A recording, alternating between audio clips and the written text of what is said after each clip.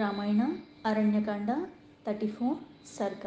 ఇక్కడ శూర్పణఖ రామలక్ష్మణుల యొక్క అందచందాల గురించి వర్ణిస్తూ వాళ్లకున్న శౌర్య పరాక్రమాన్ని కూడా వర్ణించి నిండు సభలో రావణాసుడికి తెలియజేసి, అలాగే సీతాదేవి యొక్క సౌందర్య వైభవాన్ని ప్రకటించి, ఆ సీత నీకే తగిన భార్య, ఆమెకి తగిన భర్తవి నీవే అని చెప్తూ ఆమెను సొంతం చేసుకోవటానికంటే ఉపాయాన్ని కూడా ఆవిడ్ని అపహరించన్నా సరే తెచ్చుకుని నీ దానిని చేసుకో అని సూచన ఇచ్చింది రావణాసుడికి. అది ఇక్కడ చెప్పబడి ఉన్నాయి. తతః శూర్పణఖాం క్రుద్ధాం బ్రువంతీం పరుషం వచః అమాత్య మధ్యే సంక్రుద్ధః పరిపప్రచ్ఛ రావణః. నిండు సభలో ఆ అమాత్యులొక్క సమక్షంలో కోపంలో ఉండి చాలా పౌరుషమైన మాటలు మాట్లాడేసింది శూర్పణఖ. ఏమని? నువ్వు అసలు రాజుగా తగిన వాడివే కాదని, నీ పరిపాలన బాలేదని, నువ్వు చేసే ఈ పద్ధతి బట్టి చూస్తుంటే నువ్వు సర్వాన్ని కోల్పోతావు అని చెప్పి, నీలో ఉండవలసినవన్నీ అవలక్షణాలు ఉన్నాయి అని చెప్పి చాలా పౌరుషంగా మాట్లాడింది. అన్ని మాట్లాడిన శూర్పణఖను చూస్తూ ఉన్నాడు. ఇవన్నీ విని రాముడొక్క విషయంలో క్రోధానికి ఆవేశానికి లోబడి ఉన్న రావణాసుడు మళ్ళీ శూర్పణఖతో ఇలా అడిగాడు. కశ్చ రామః కథం వీర్యః కిం రూపః కిం పరాక్రమః కిమర్థం దండకారణ్యం ప్రవిష్టః సుధురాసధం. అసలు ఎవరి రాముడు? అతడు ఎంతటి వీరుడు? అసలు అతనికి ఎంత బలం ఉంది?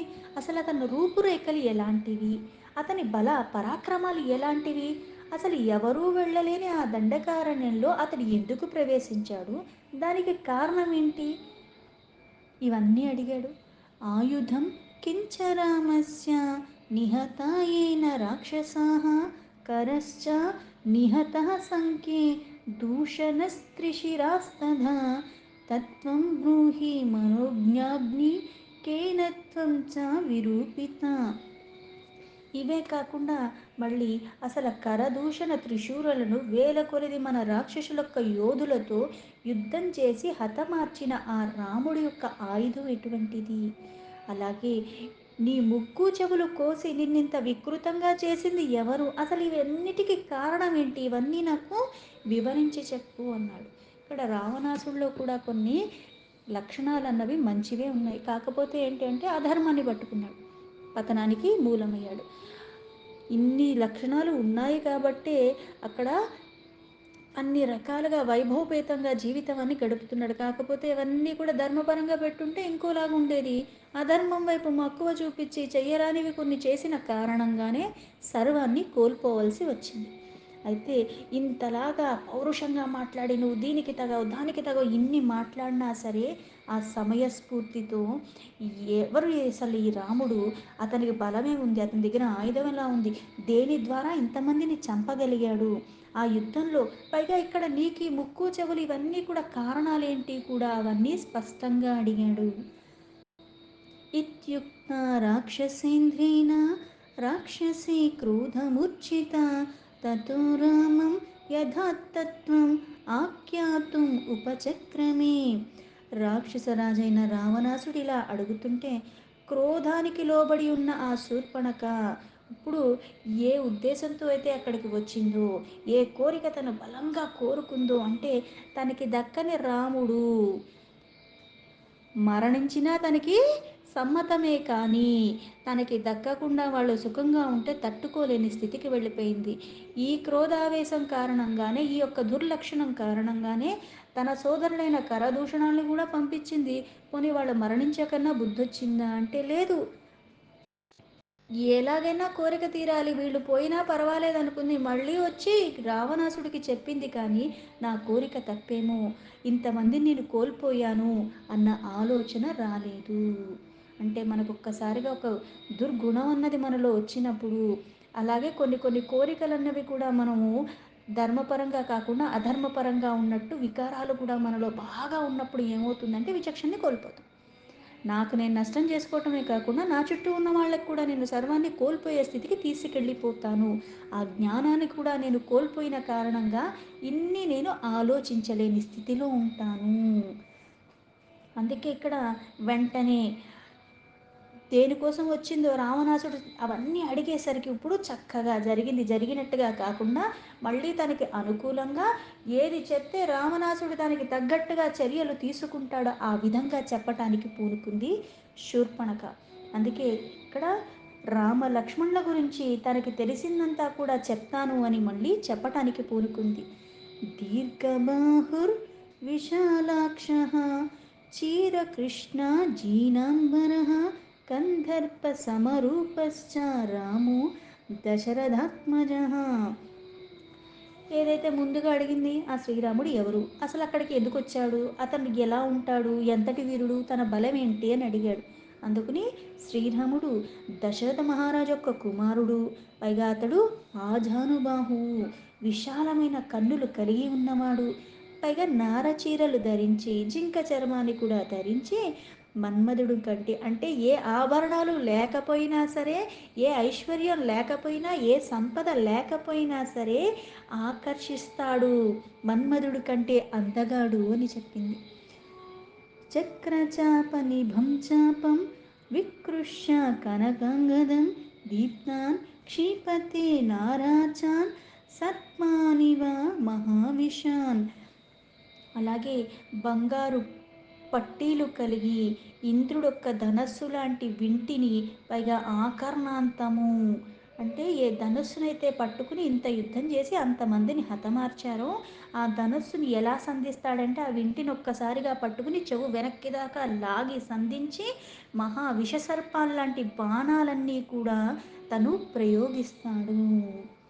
నాదధానం శరాన్ ఘోరాన్ నముంచంతం శిలీముఖాన్ నాకార్ముకం వికర్షంతం రామం పశ్యామి సంయుగే.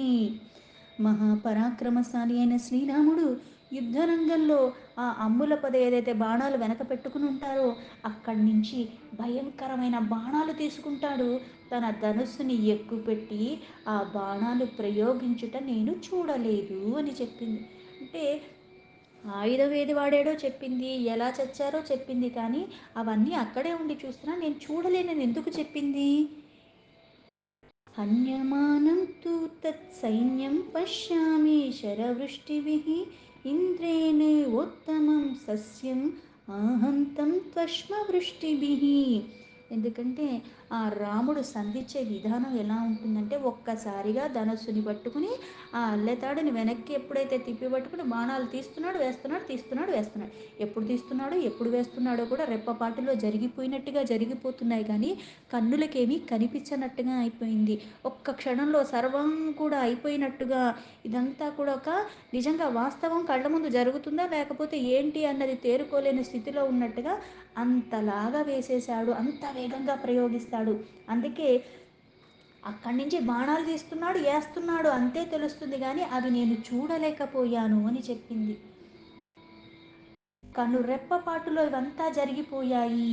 ఎలా అయితే ఇంద్రుడు కురిపించిన వడగళ్ల వానకు పైరు పంటలన్నీ కూడా ధ్వంసమైపోతాయో, శ్రీరాముడి యొక్క ఆ బాణాలొక్క పరంపరకి సైన్యమంతా కూడా హతమైపోవటం మాత్రమే నేను చూశానంటే తీయటం వెయ్యటం నేను గమనించలేకపోయాను, అంత వేగంగా తీసివేసేస్తున్నాడు. కానీ ఎక్కడ ప్రయోగించిన దాని కారణంగా వీళ్ళందరూ చచ్చిపోయి పడుంటం మాత్రం నేను చూశాను అని చెప్పింది. రక్షసాం భీమరూపాణం సహస్రాని చతుర్థస నిహతాని శరేర్దీక్షణ్యేహ తేనైకేన పదాతినా. శ్రీరాముడు తాను ఒక్కడే ఇంతమందితో ఆ రణభూమిలో నిలిచి ఉన్నాడు.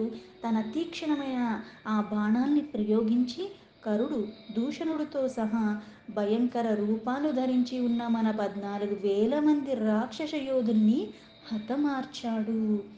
అర్ధార్థిక ముహూర్తేన కరశ్చ సహదూషణ ఋషీనామ భయం దత్తం కృతక్షేమాశ్చ దండకా. పైగా ఇంతమంది యోధుల్ని ఒక్కడే నిలబడి యుద్ధం చేస్తూ ఎలా చేశాడంటే 3 గడియలు, ఒక గడి అంటేనే 24 నిమిషాలు, అట్లాంటిది ఒక 75 అంటే గంటంపావు గంటన్నరలో ఇక్కడ వీళ్ళందరినీ కూడా చంపేశాడు. ఋషులకి ఇచ్చిన వాగ్దాన ప్రకారము ఈ విధంగా ఆ దండకవనంలో వాళ్ళకి నివసించటానికి యోగ్యంగా చేశాడు. అంటే ఇక్కడ ఏ కారణం చేత అసలు కరుడు కానీ దూషణుడు కానీ రాముడి దగ్గరికి యుద్ధానికి వెళ్ళారు? ఏ కారణం చేత 14,000 మందిని తీసుకువెళ్ళాల్సి వచ్చింది? ఒక్కసారిగా వెళ్ళలేదే. అంటే జరిగిన వాస్తవాన్ని చెప్పకుండా తనకి అనుకూలంగా మరుచుకుని ఏది చెప్తే మళ్ళీ రావణాసుడు యుద్ధానికి పూనుకుంటాడో అన్నట్టుగా చెప్పింది. అంటే అకారణంగా రాముడు ఋషులకి ఇచ్చిన వాగ్దానం ప్రకారంగా యుద్ధం చేసేశాడు, ఇంతమందిని చంపాడు అని చెప్పారు. వాళ్ళకి నివసించటానికి యోగ్యంగా మనకి నివసించకుండా మనమే లేకుండా మన వాళ్ళందరినీ చంపేశాడు అని. అంతేకాని నేను మోజుపడి వెళ్ళాను, ఆ కారణంగా నేను చెయ్యరాని ఘాతకానికి పూనుకుంటే సీత మీద దాడికి వెళ్తేనే అప్పుడే నా ముక్కు చెవులు కోశారు, దానికి ముందు బాగానే మాట్లాడారు, ఇవన్నీ కూడా చెప్పలేదు. అంతేకాకుండా ఇవన్నీ జరిగాక వెళ్ళింది మామూలు సాధారణ మానవుడే కదా అని చెప్పి 14 మందినే పంపించారు. ఆ 14 మంది మరణించారు. ఇంత అవలీలగా ఇంత భయంకరమైన వాళ్ళని పంపిస్తేనే చంపేశాడు కాబట్టి ఇంకా ఎక్కువ సేనను తీసుకెళ్లాలని 14,000 మందిని తీసుకెళ్ళాడు. అంతమందిని తీసుకెళ్ళినా వాళ్ళందరూ కూడా మళ్ళీ మరణించారు. ఇవన్నీ చెప్పకుండా అంటే ఒక అబద్ధానికి నువ్వు ఎప్పుడైతే ఆసరాగా తీసుకుంటావో ఏం చేస్తాం? వాస్తవాన్ని మనకు అనుకూలంగా మార్చేసుకుని లేనివి ఉన్నట్టుగా ఉన్నవి లేనట్టుగా అన్నీ కూడా కల్పితాలు చేసేసి మబ్బి చేసైనా సరే మన ఒక్క కోరికకి అవతల వాళ్ళు కూడా అలాగే వ్యవహరించేలాగా ఇన్ని నాటకాలు పూనుతాము. అంతమంది మరణించినా సరే ఎక్కడైనా సరే నా కోరిక తప్పేమో, లేకపోతే నా వల్ల కదా ఇది జరిగిందన్న మనస్సాక్షి కూడా లేకుండా పోతుంది. ఎప్పుడైతే మనలో వికారాలు పూర్ణంగా ఉంటాయో విచక్షణ కోల్పోతుంది, ఇంక అర్థం కాదనమాట. అర్థం కాని పరిస్థితుల్లో ఏం చేస్తాం? మనం మరణించటానికి మనమే ఒక సిద్ధం చేసుకున్నట్టుగా అలాగే అవతల వాళ్ళ పతనానికి కూడా మనమే కారణం అవుతున్నాం అన్నది కూడా మూలాన్ని మనం మర్చిపోతుంటారు ఈ వికారాల కారణంగా. ఇంతమంది మరణించినా మళ్ళీ రావణాసుడి దగ్గరికి వెళ్ళి కథ మార్చి మళ్ళీ చెప్పింది తప్పితే వాస్తవాన్ని ఒప్పుకోను లేదు, వాస్తవాన్ని చెప్పను లేదు.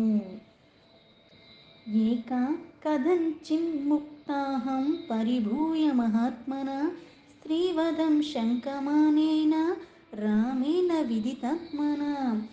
నేను ఆ మహాత్ముని చేతిలో అవమానానికి పాల్పడ్డాను, పైగా ఆ ధర్మాత్ముడు అవ్వటం వల్ల స్త్రీని వధించ తగదు అని చెప్పి నన్ను వదిలేశాడు, నన్ను విడిచిపెట్టాడు. అందుకే చివరికి నేను చావుని తప్పించుకుని ఎలాగో ప్రాణాలతో బయటపడి నీ దగ్గరికి వచ్చాను అని చెప్పింది. భ్రాతా చాస్యామః తేజ గుణతస్తుల్య విక్రమః అనురక్తశ్చ భక్తశ్చ లక్ష్మణో నామ వీర్యవాన్. అంతేకాకుండా రాముడు సోదరుడైన ఆ లక్ష్మణుడు కూడా, అతడు చాలా తేజస్వి. సద్గుణాలు బట్టి ఆయనకున్న పరాక్రమ బట్టి చూస్తే కూడా రాముడికి ఎక్కడా కూడా తక్కువ కాదు, సమానంగా ఉంటాడు.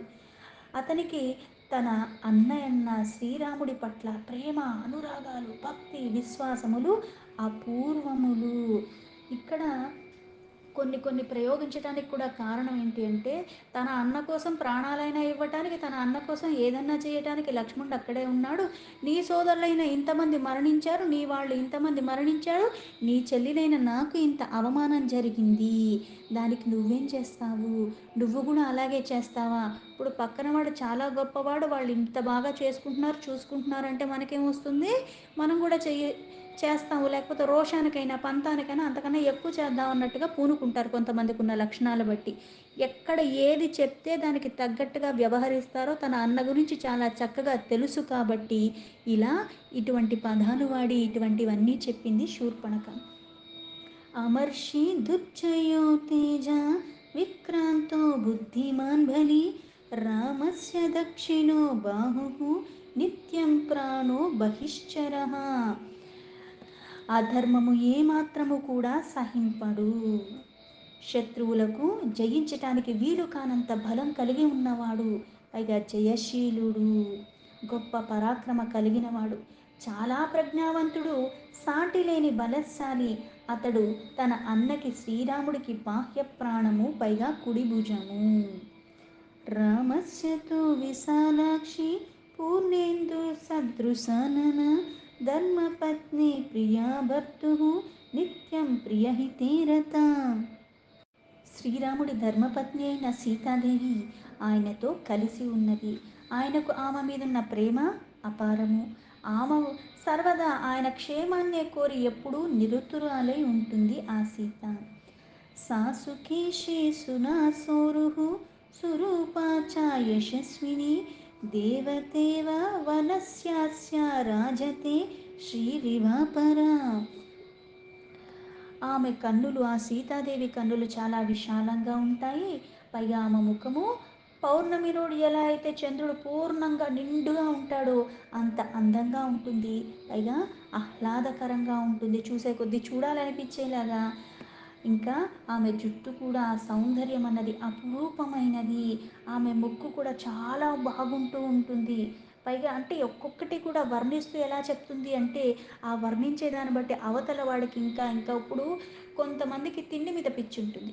ఆ తిండి పిచ్చినప్పుడు ఇందులో చూసావా ఎంత బాగా ఉంటుందో, అది ఒక్కసారి తింటే పైగా అది ఫలానా దగ్గరే దొరుకుతుంది, అటువంటిది నేను ఎక్కడా చూసి లేదు, విని లేదు, అంత రుచికరంగా ఉంటుంది అంటే ఎగబడైనా సరే అక్కడికి వెళ్ళి అది తినేదాకా వాళ్ళకి మనశ్శాంతి ఉండదు, కోరిక తగ్గట్టుగా. అలాగే ఇక్కడ వ్యామోహాలు ఉన్నాయి. స్త్రీమి అంటే ఆ స్త్రీ ఇలా తన సొంతం చేసుకోవాలని అన్ని అందమైనవన్నీ తన దగ్గరే ఉండాలనుకుంటాడు. ఆ అపారమైన సౌందర్యం గురించి వర్ణిస్తే ఇంకా ఇంకా దాన్ని ఎలా అయినా చేజిక్కించుకోవాలన్న కోరికతో ఉంటాడు. అందుకని ఆ రూపాన్ని వర్ణిస్తూ చెప్తుంది. ఏ రూపాన్ని అయితే రాముడి ముందు ఏమందంగా ఉంది, ఆ ముక్కు బాలేదు, మూతి బాలేదు, ఏదీ బాలేదండి అంటే తనని వరించాలన్నట్టుగా సీత బాలేదు, నేను బాగున్నానని చెప్పింది. ఇప్పుడు రావణాసుడికి వచ్చేసరికి సీత గురించి అంటే ఆ సీత రాముడి చెంత ఉన్నంత వరకు నన్ను అంగీకరించడు, ఆ సీత రాముడికి దూరం అయిపోయి పైగా నన్ను వద్దన్నాడు కాబట్టి వాళ్ళిద్దరు కూడా విడిపోవాలి, పైగా వాళ్ళు ప్రాణాలతోనే ఉండకూడదు అన్న కోరికతో ఉంది శూర్పణఖ. అందుకని ఇక్కడ ఆ సీతాదేవి యొక్క అందాన్ని ఇక్కడ వర్ణిస్తూ, ఇక రూపం అన్నది అతి అపురూపమైనది. ఆ ముక్కు దగ్గర నుంచి, చెవుల దగ్గర నుంచి, కన్నుల దగ్గర నుంచి, జుట్టు దగ్గర నుంచి, ఆ మొహం కానీ ఏది చూసినా సరే చాలా చక్కగా ఉంటుంది, అతి సౌందర్యవతి అని చెప్పింది. అంటే అటువంటి రూపాన్ని నేను ఎప్పుడూ చూడలేదు, అటువంటి రూపం ఇంకోటి ఉందని కూడా నేను అనుకోను అన్న భావనలో చెప్పింది. దీంతో రామాయణ అరణ్యకాండ 34 సర్గలో 15 శ్లోక సంపూర్ణం.